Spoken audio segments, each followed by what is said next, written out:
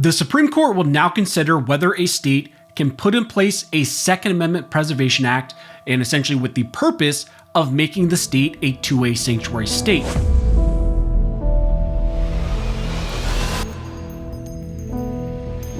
Now, before we jump into this video, I want to thank one of the main supporters of this channel, which is Brownells. You guys know that Brownells is an amazing company. They do a lot for the 2A community. They donate a lot to the 2A cause. So again, if you're interested, check out Brownells. Again, amazing people. And if you order using my code SCHOLAR10, you can get 10% off of your order. So like I mentioned in the intro, in this video, we're going to be talking about a significant Second Amendment case, which is once again heading back to the Supreme Court.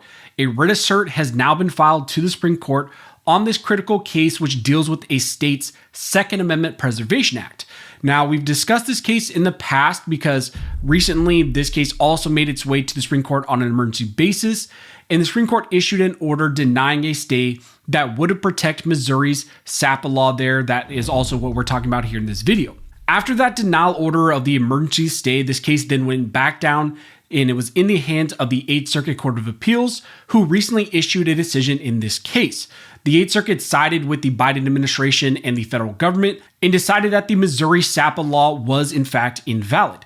The 8th Circuit believed that the law invalidated federal laws, and essentially that was a violation in their eyes of the Supremacy Clause. But now the state of Missouri has filed their official petition for Supreme Court review. The Attorney General there, Andrew Bailey, has filed for a writ of cert, and the Supreme Court will now consider whether they will grant review to a state's Second Amendment sanctuary law issue. Now, in 2021, Missouri passed a law called the Second Amendment Preservation Act, also known as SAPA.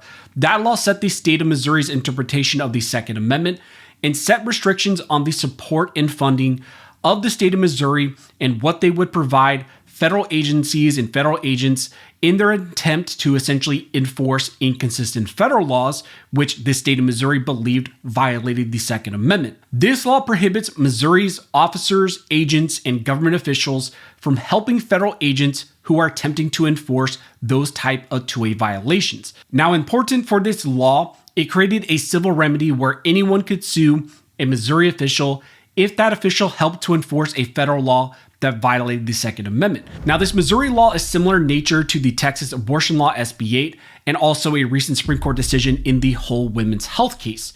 With the Texas and Missouri law structures, you can't really get an umbrella injunction against the entire state or the Attorney General, and you can't get an umbrella injunction against the entire law since they aren't actually the ones enforcing this specific law. Instead, you would have to get an injunction against every single private individual who is filing those civil suits. Now, in this Missouri case, the Federal District Court on review ruled in favor of the Biden administration, striking down the Missouri Preservation Act in its entirety.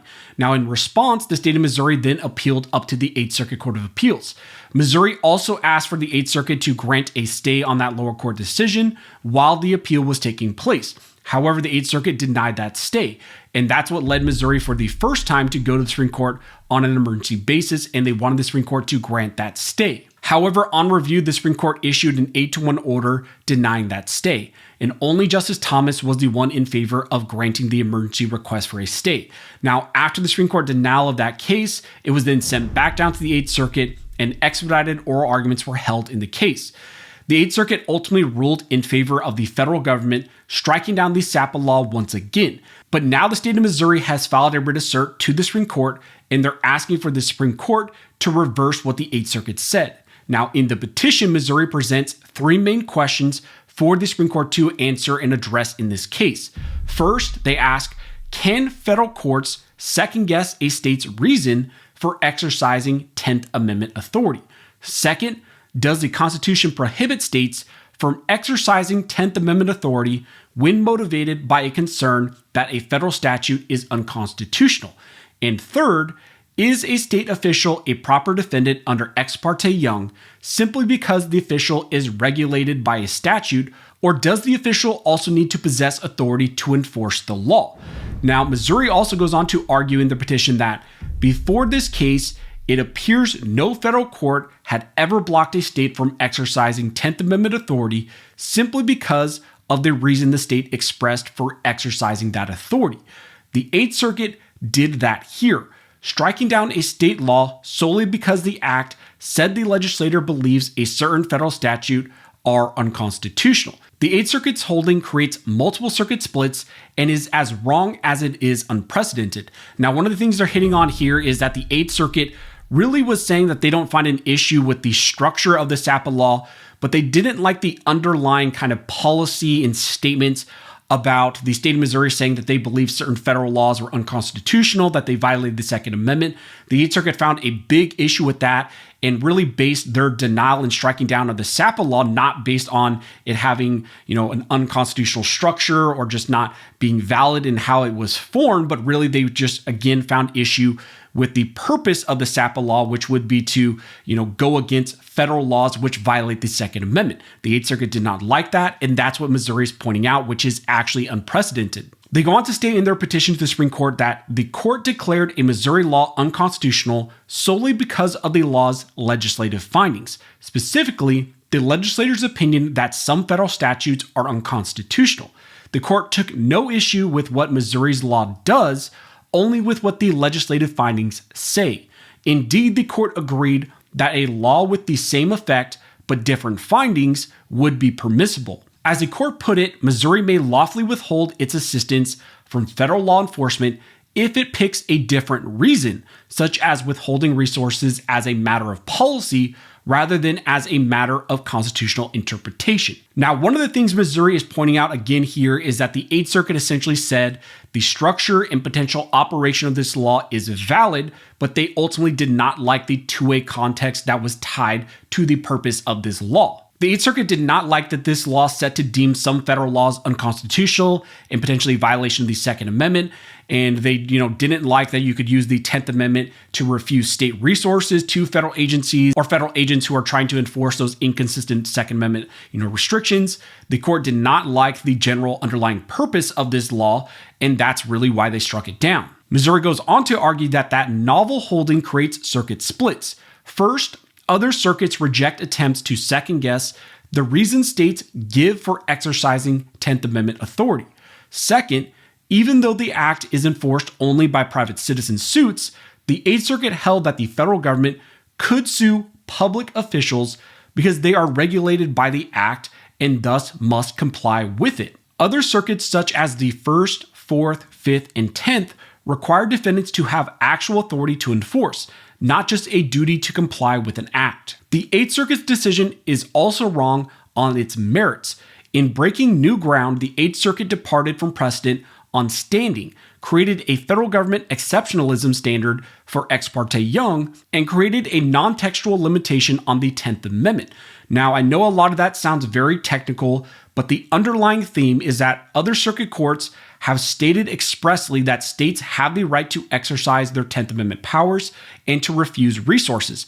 And no other circuit court has said that the underlying reasoning or justification for exercising those 10th Amendment powers really even matters. But the Eighth Circuit said here, the Second Amendment justification was enough to say, no, the 10th Amendment does not apply. Also, there is a lot of precedent in multiple circuit courts which establish that a lawsuit filed must be against a defendant who has actual enforcement powers. Missouri argues that the Eighth Circuit went against clear precedent and found that state officials could be sued because the court believed in their eyes the state played a role in enforcement by simply having to comply with that state law. Just because the act actually is enforced against them, they said that that is actual enforcement of the state officials themselves. Essentially, they found that compliance with a law is enforcement. Now, Missouri concludes its petition to the Supreme Court by stating that the court should grant certiorari because the Eighth Circuit, based solely on the legislator's fact findings, has prohibited people of Missouri from governing their own state officers. So this is a very significant case. It deals with a Second Amendment sanctuary law, the SAPA law here, which essentially put in place by Missouri. And the goal of this was to essentially withhold resources that the state would not actually give assistance to federal agencies or federal agents who were then going to enforce what they believe were unconstitutional Second Amendment violations.